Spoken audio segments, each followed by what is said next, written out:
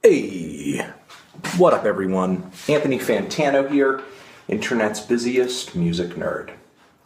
Now, a lot of y'all have been asking me over the past year or so, what are your favorite album covers? Do album covers matter? Do album covers impact the quality of the art? Can you tell us what your favorite album covers are? What are the best album covers of all time? So, I'm going to do this video over here telling you what album covers are my favorite. I'm going to be throwing images in this video of my favorite album covers so that you can see that. And I'm going to be talking about what makes album covers good, what makes these album covers good, and I guess by virtue of talking about what makes these album covers good, sort of also talking about what makes other album covers bad. So let's get into some of my favorite album covers of all time. Alright, so let's start off with an oldie but a goodie over here. It is the debut album from Mr. Bob Dylan. Here we are. We have Bob pictured with his guitar, and let me tell you what makes this album cover so good and so great. Now, if you see at the top here, it says stereo. As a result of that, we know this album is in stereo. That's important. Also, on the left here, we have Columbia. We know it's on Columbia Records. We have a picture of Bob, meaning we know who's on the record, okay? His name is there as well, so we kind of double know who's on the record. And then we have all the songs on the record listed on the front. We know what songs are on the record, we know who's on the record, we see the person on the record, and we know what label it's on. In my opinion, all the things that make a good album cover. So having said that, let's move on to the next one. Next favorite album cover. Here we go. The Beatles, Yesterday and Today. What makes this album cover good? Let me tell you. On the left side, we have the Capitol logo. We know what label this record is on, okay? We know the label. Over here to the right side, we see what songs are on the album, okay? What Goes On, Drive My Car, Nowhere Man, Day Tripper, great songs. And how do we know they're on the record? It says it on the fucking cover, okay? And we know that this is also new improved dimensional stereo, full dimensional stereo. That's pretty amazing advancement in technology there that we know is on this record as a result of that emblem there. And also we know who's on the album because we see, of course, the Beatles name on there, but we see the Beatles on the record. So we can be doubly sure that the Beatles are in fact making the music on this record. Alright, moving on, we have Django Reinhardt. I feel like we're kind of falling into a bit of a pattern here, but let me explain once again. We know what label this is on, down in the bottom right hand corner. We know what songs are on the record on the top right. On the left, Django Reinhardt, the name of the person who's on the album, and right there, smack dab in the middle, we can see the person on this record. Another one of my favorite album covers of all time. All right, moving on, we have The Who sings My Generation. Now, unfortunately, this is kind of a weak point. I do like this album cover a lot. We have a great picture of Big Ben, and we have a picture of the band. So, that's super important because not only do you see the band, you see who's on the album, you see the name of the band, but also it says, The Who sings My Generation. So you know that they're singing on the album, so you already know what's going to happen when you get into the record. They're going to be singing the song My Generation. And also, another added bonus over here is you see Big Ben in the background, so not only do you see the band, you know who's singing on the record, but you know where they are, which I think also is important.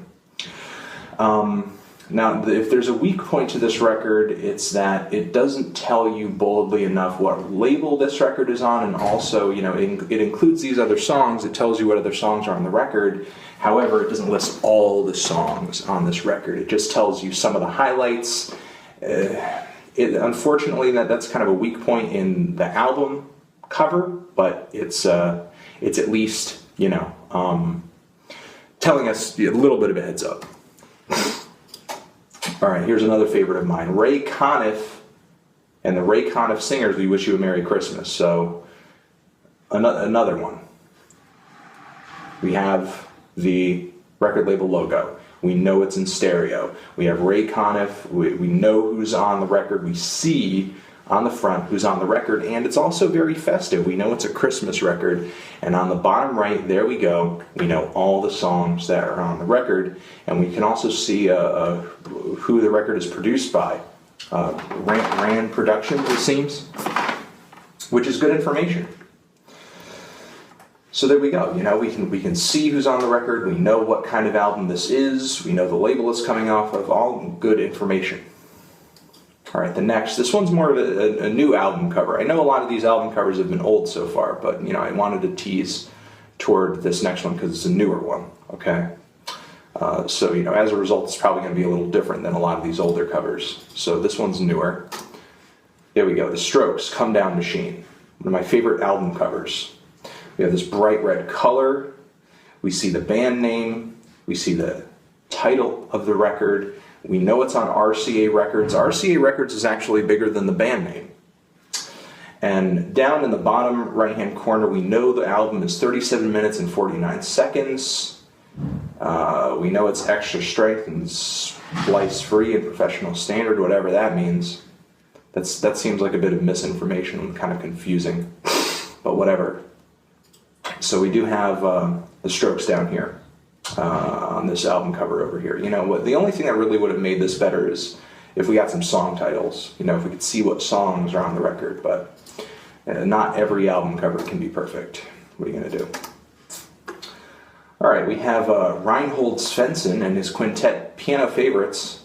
There we see Mr. Svensson right over here, chilling on the front cover. He looks a little forlorn, which is unfortunate. But you know, still, we see who's on the record. We know it's on Prestige. We know it is a long-playing micro-groove, non-breakable record. That's good. And we know that these are his piano favorites. So we know that these are his favorite piano songs to play, just like these are my favorite album covers. And right there, Volume 1. So, you know, we know that this is the first of a series, or we know that there's more to come in this series. It says right there, Volume 1, underneath the song titles over here, which are very important because we want to know what songs are on the record. Okay. All right, a couple more here. We have Hot Pepper. Spicy song sung by Faye, Richmore, Salty, Peter, Angelina, Miss D, Nancy Steele. So, over here, we have a pretty dirty set of lyrics on the left side. I don't know if that's telling me that, you know, we're supposed to sing along with that.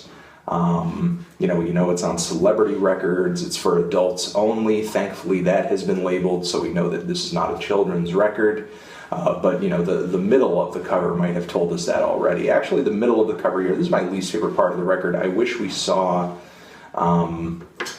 sort of more professionally dressed group of musicians who were in on the sessions of this record rather than a naked woman, which I think is a little excessive, but you know, that's just my opinion. And finally, my favorite album cover, last favorite album cover over here is Tony Bennett, I've Grown Accustomed to Her Face.